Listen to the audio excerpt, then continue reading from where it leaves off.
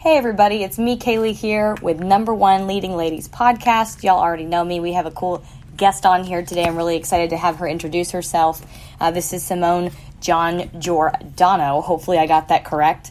And she's going to introduce herself. I won't do it justice, but as you guys already know, ladies and men that are listening, this is a podcast by women for women where we focus on lifting each other up instead of tearing each other down. So welcome. Thank you so much for being on the show today, Simone. Please introduce yourself. Thanks, Kaylee. Yes, I'm Simone Giordano, and I go by Simone G to help out with the name. And thank you for having me on here, Kaylee, again.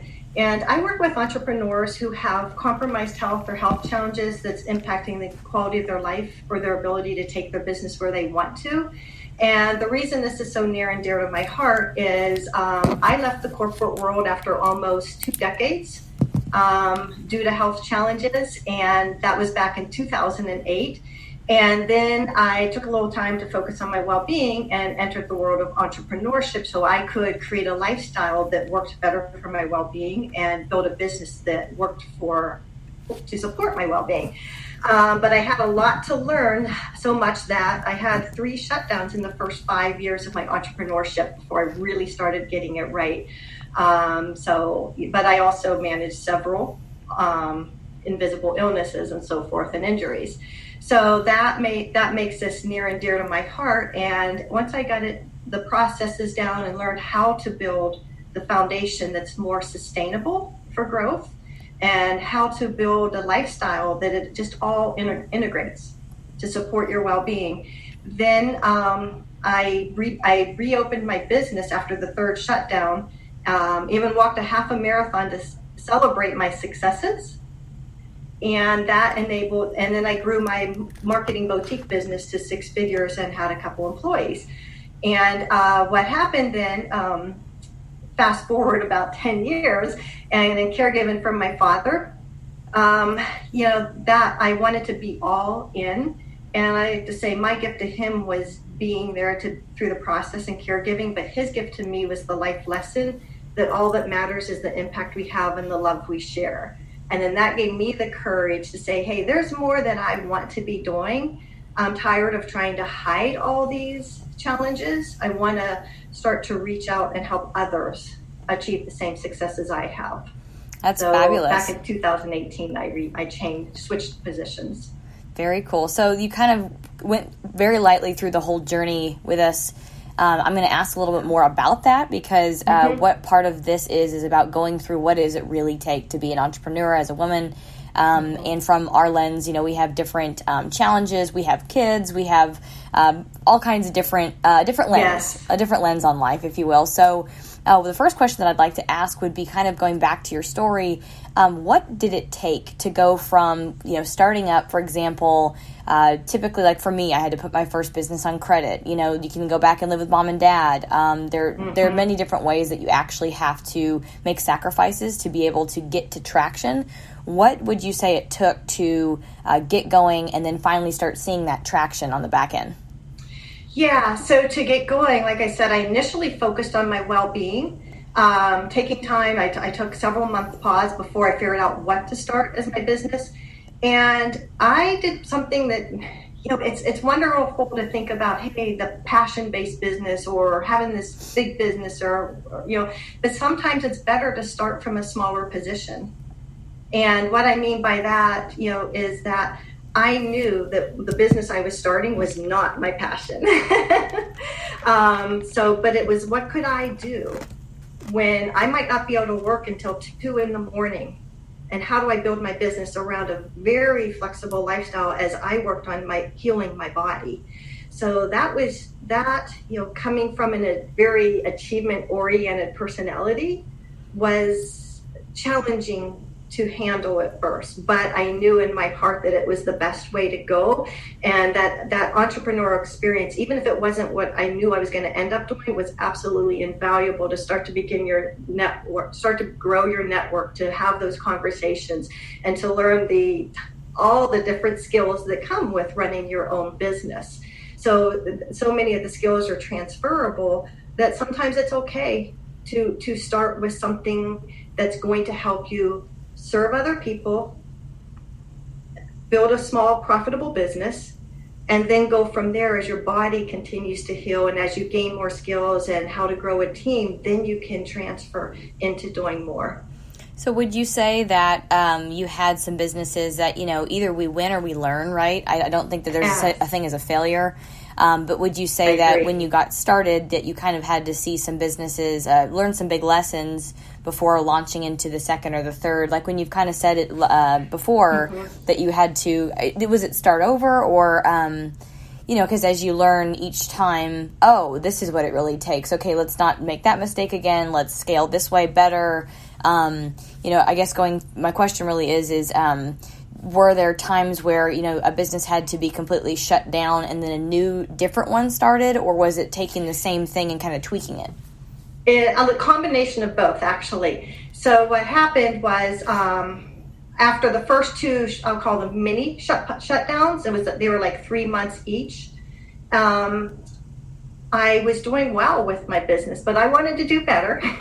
Sort of the I can do this. So I wanted to work with a sales trainer, and I went and I had an hour-long meeting, and I thought it went great. And keep in mind at the time, I couldn't look up. I could hardly move my head back and forth. I could hardly use my arms, but I thought I was doing good at the time. And at the end of this meeting, the sales trainer sat me down. He pointed to a poster on the wall that had a triangle on it, mind, body, spirit. And he said, your mind and spirit are great, but until you learn how to manage your health, your body, you're never going to achieve the success you desire. And I was like, wow, I've worked so hard to get to where I am. I want to grow it more. And he's telling me to shut down for 6 months. And that was a hard lesson to take, but I knew in my heart he was right. So I reached out to a peer to make sure my clients were well taken care of. And what I did, I fired all my doctors and I built my own dream team to support me. And that was, so I ended up being shut down for an entire year. But when I came back, my health was so much stronger. I finally had answers. I trusted my intuition a lot more and pushed more for answers. And that enabled me to take my business that was largely support services to a marketing boutique where I offered hands-on training. I opened a small storefront 5 miles from downtown Pittsburgh. And I offered hands-on training for email marketing, Facebook, and others, and LinkedIn, and so forth. So I took those business support services where I was doing some marketing and grew them to the position of engaging one-on-one or in very small groups with individuals. And I started coaching individuals on their marketing too. Oh, wow. That's great. So it transitioned it. Okay, that's great. And I was going to say, you said shut down for a year. I was like, well, welcome to the whole world. You know what I mean? So I know that those who are listening to this, might have felt some discouragement or might have felt some anxiety or anger or a lot of different things during the last year. But, for me, regardless of kind of what we've all been through, I've lost 3 businesses myself, and there's lessons to be learned, and sometimes things happen to slow you down on purpose.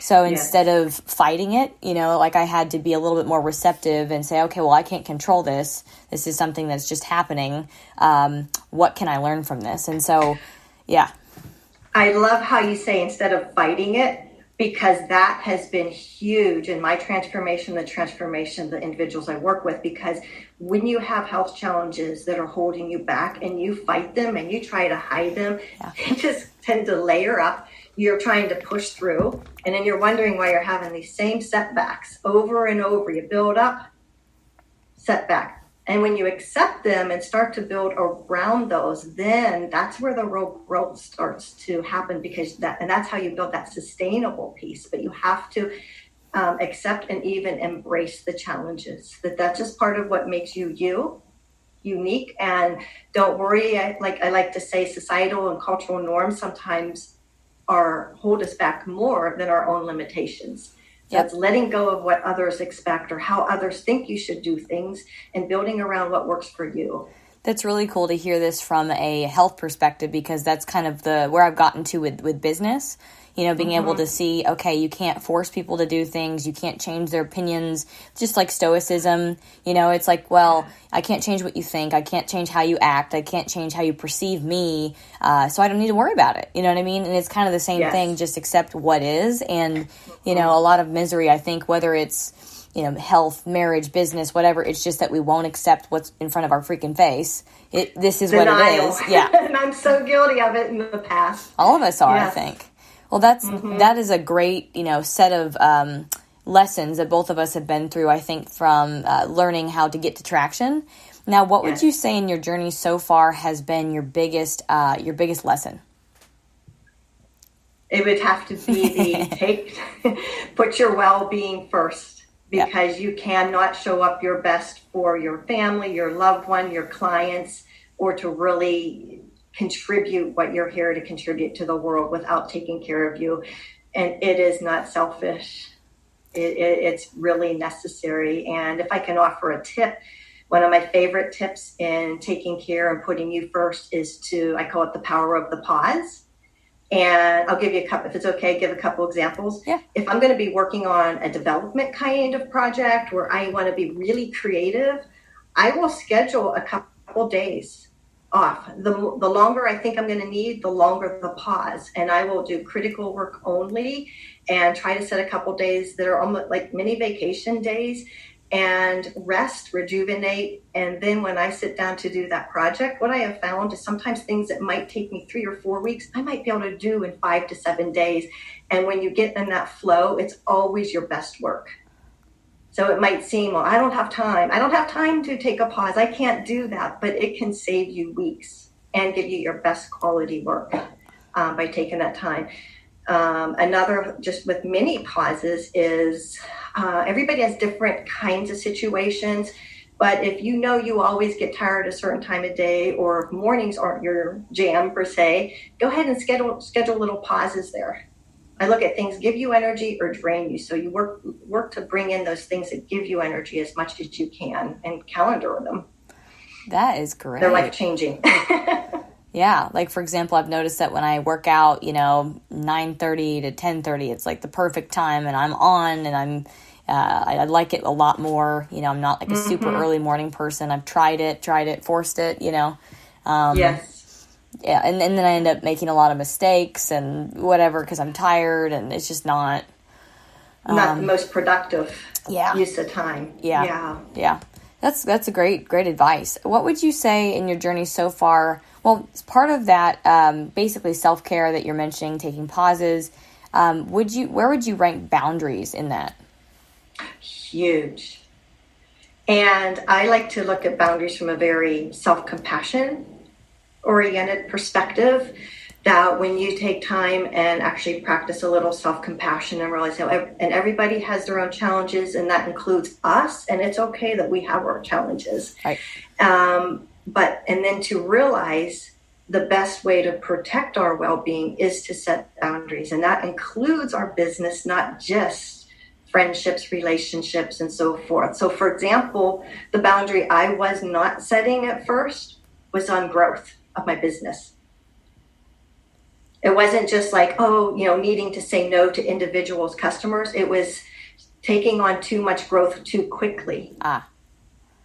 With not enough skill set around building a team and so forth. And then I would be working too hard, too many hours, not practicing the pauses until my body gave out on me again because I wasn't far enough along the healing process. So boundaries around, so when in developing business strategies, what is a pacing for each individual that will work for them for growth? That is interesting. Makes me think. Because you know what I mean? Like, I'm proud of myself for giving people boundaries in, like, how they talk to me, or boundaries in, like, no, I don't do phone calls before 8 a.m., unless it's my grandma, and it's an emergency. Right, yes. I don't do, I'm not going to have you come over at my house at 9 o'clock at night. I need my time to just do whatever I need to do. Or like last night on Sundays, I do not work. I don't even want to talk about work. I will if it's, necessary to talk about it, but I won't have a meeting. I won't have a phone call. I won't. Anyway, and then when I do find myself talking about it, I'll go, let's talk about that, in a couple days or whatever, and just focus on like life and other things. And yesterday I got a voice text from a friend who I respect her very much, and I think that she's a hard worker, she's intelligent, she's got a lot going on. And I know that our strength comes from asking for help from other people. And so that's what she was doing, is she was just reaching out to ask for help. So I didn't want to say, no, I'm not going to help you. But I did say, you know what, could you just email me a smaller version of that and I will address that tomorrow. I just don't, I don't work Sundays. And then she messaged me back, this is personal. And then I didn't even pay attention. I moved on with the day. And then today I re-listened to it and I go, no, this is 100% business. Like all this stuff in here is about scaling and where you're at with your staff and wanting to probably do like a pre-seed round and not understanding how to set up your receipts for your business to show people what they can fund, whatever. But anyway, so I'm really proud of myself for at least with some time doing that. And then, so that gives me some really good ideas for boundaries, not just with like relationships and people, but also like your boundaries for what you do with your time to take care of yourself. Mm-hmm. Yeah. And I look at self-care as how you live your life is what I have learned to do. And pacing is a really good way to say it. Like I'm taking on a project, because like I'm fundraising right now, you know what I mean? And I don't have any kind of schedule for like when am I not fundraising. Right now it's just like whatever it takes, you know what I mean? Because for me it's like a window of time for like 30 to 60 days maybe, and then it stops and I'm not doing it anymore for quite a while, usually sometimes up to like 7 months I'm not anymore. But so I just do whatever it takes. That I'm gonna have to sit down and like think about, besides Sunday. But if someone messages me and they want to invest, I still respond. Anyway. And some of us thrive on that whatever it takes, because it can be a lot of fun just to go all in, and sometimes it's all worth it. And so it's monitoring based on the outcome. For every boundary there are times for exceptions, like you mentioned. So sometimes that business growth, I can't think of the right word now, like a lurch forward might be worth it. But you have to then make sure you're if you have health challenges, make sure you're planning for some rejuvenation period after. I actually run my business in seasons. Yeah. That's smart. Like development, launch, growth, take time and rejuvenate. Build in stabilization in there. So it's actually a season, and I align it with the actual seasons. So right now in Florida, it's hot. So it's a time for me too hot for me to be outside a lot. So it's a time for me to be in development and preparing to launch phase. Interesting. That's interesting. I will say that I'm pretty good at, once we close close a raise, close a deal, usually I'll go on vacation for like a couple of weeks. Yeah. Like we have that first week of takeover and getting the property manager like kind of set up, and then I can go. Because we kind of have to let it sit for a minute too and see like what residents leave, like what challenges we end up finding out that ended up being there that we didn't know, and I let them do that job. So. And that's a great example, because everybody, across the different industries, the different how we all function, it's a very unique decision on how to balance that. Yeah. It can be more on a daily basis, more on a weekly, more on a longer term project basis. So it's what works best for each individual. Yep. Not cookie cutter. Right. Simone, what would you say has been your biggest win? Some client transformations. Definitely. Really? It's just such a joy to work with individuals and to see their transformation and regain hope in some cases, and sometimes totally shift directions. For example, one individual I worked with, she had a sudden onset of things and she no longer could really do her job. So she had a lot of courage, and in just realizing, hey, I'm more than my health. This doesn't define me. She built a new business that aligns very much with who she is as a person. And that doesn't require the same kind of hand facility and so forth. So it's really wonderful. And I look at peace and joy come from making space for it, and to see individuals be able to incorporate more of that in their lives. That's awesome. So it's meaningful business, impactful business, so it's like what we call ours, and it may be totally different, but we call ours a mission-driven business. So, it's got some social impact as well as, making profits. So Yeah, that's really important to have, and I'm glad that that you've had some success with it, and you're going to continue to have more success over time. I think that you started this business before that was like a trend. You know what I mean? So yes, and the pandemic actually has. I think in some of the good outcomes of the pandemic have been that from a technology perspective and mindset perspective, we have advanced as a society. Yeah. A decade and forward, perhaps. And what I mean by that is I've been virtual based since 2008, except for the period where I had the downtown shop, which I still was largely virtual unless I was doing hands-on training. So my clients have been all across the country, and I've had the experience for several years of building those intimate connections online. But now more people see how you can do that. And something I'm really excited about is there's so many individuals who aren't able to go out networking easily because between chemical sensitivities and pain and fatigue, or to be able to go experience things in another country. And I'm or even like some theater and so forth. So I'm really hopeful and looking at the opportunity of more people collaborating together in different ways with technology to bring some of these kinds of events and activities to individuals who are living that kind of lifestyle, not out in society as much as the norm. And I think there's a lot that can be done there, and I'm excited about it. Yeah, I think you're right. Without going into super detail, looking at a building now that's independent living. So trying to figure out how do those people, because of their, they can't be exposed to certain things. They have to, how do they still get out, if you will? You know what I mean? Look at those plays, interact with their grandkids, be able to, and you can do that online. So we're thinking about putting in like a hub, like something either downstairs or something they can rent and go take to their dwelling, where it's like an iPad basically, or like a bigger center where they can interact with people that are not there kind of whenever they want. Right. Yeah, I think there's a lot of benefits coming from it too. Like I know my grandma, she's super cool. She's like 86, and she's got the whole phone figured out, so she can do FaceTime. She can do. I taught her Zoom recently via the phone because she doesn't like a computer. Yeah. But most people are not like that. So having a larger screen and something like that, but being able to utilize Zoom or video is awesome. Yeah, my mom's turning 90, and she's great with emojis. That's great. And it's always good to be able to FaceTime and so forth, yeah. Well, Simone, it looks like we both have very meaningful work. I'm really, really, really happy to have you on here because not every entrepreneur does have more in mind than just the capital part of their business. And maybe there's some kind of mess they've been through that makes their message for their business, but not always.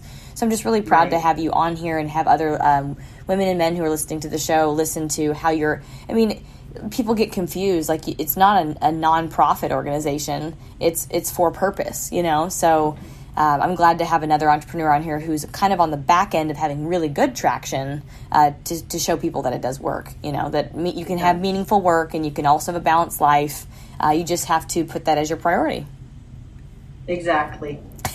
Simone, how can our audience get a hold of you if they want to work with you or if they'd like more information? Yes, they can simply go to my website at simoneg.net or balanceupcommunity.com will also take you to that site. And if anybody's interested, I mentioned how building my own dream team, how much that changed my life. I have a handout with 5 simple steps to begin building your own dream team, and you can get that at balanceupyourdreamteam.com. Very cool. Simone, thank you so much for coming on today and for your time. Everybody, thank you so much for tuning in to Number One Leading Ladies. Of course, as you know, we'll continue to add value and create more awesome content so that you know that you can do it too, and watch women uplift each other while we're doing it. Thank you all for coming on today, and I'll see you next week. Thank you, Kaylee.